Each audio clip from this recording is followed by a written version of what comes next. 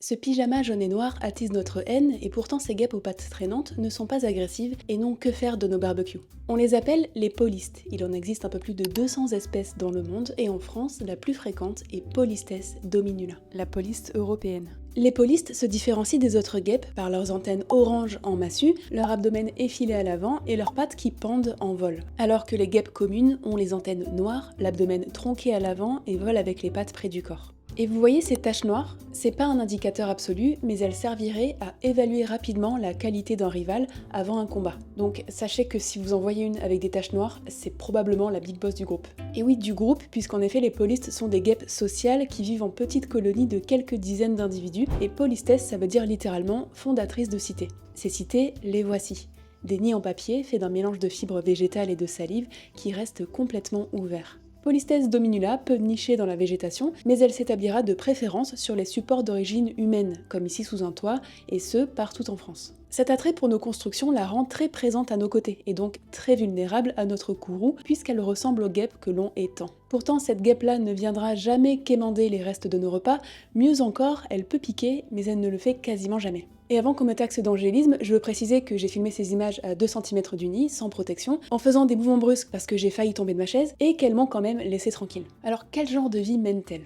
Seules les futures reines qui ont été fécondées survivent à l'hiver en se réfugiant à l'intérieur d'un abri comme le tronc d'un arbre creux. Au printemps, alors que leurs réserves énergétiques sont quasi épuisées, elles utilisent le peu d'autonomie de vol qu'il leur reste, environ 5-6 heures, pour trouver un support propice à leur nid. Elles construisent les premières cellules et pondent les premiers œufs qui donneront des adultes en 40 jours si les conditions sont optimales. Ces premières ouvrières aideront alors la reine à agrandir le nid et à nourrir le couvain. Il faut savoir que dans certains cas, les colonies sont fondées par plusieurs reines. Une hiérarchie s'établit alors entre elles et la dominante monopolise la ponte pendant que les subordonnés se mettent au service de la colonie. C'est pareil pour les ouvrières. Les premières nées sont parfaitement intégrées alors que celles qui naissent plus tard dans la saison ont un statut social moins élevé ou sont carrément exclues de la colonie. Pour nourrir les larves, les polistes chassent de petits insectes qu'elles réduisent en bouillie, en général des chenilles, mais aussi des sauterelles, papillons, coléoptères, mouches, cicadelles ou petites araignées. Pendant que certaines polistes surveillent les cellules, d'autres font des allers-retours pour chasser, en s'alimentant elles-mêmes au passage avec du nectar qu'elles butinent sur les fleurs. Aux heures les plus chaudes de la journée,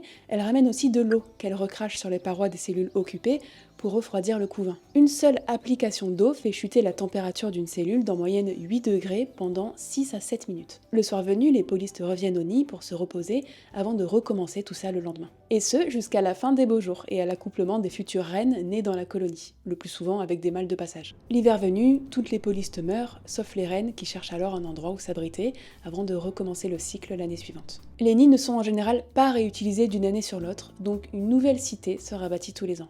Par ses actions de butinage, donc de pollinisation, et sa prédation sur d'autres arthropodes, les polistes sont considérés comme des alliés des humains.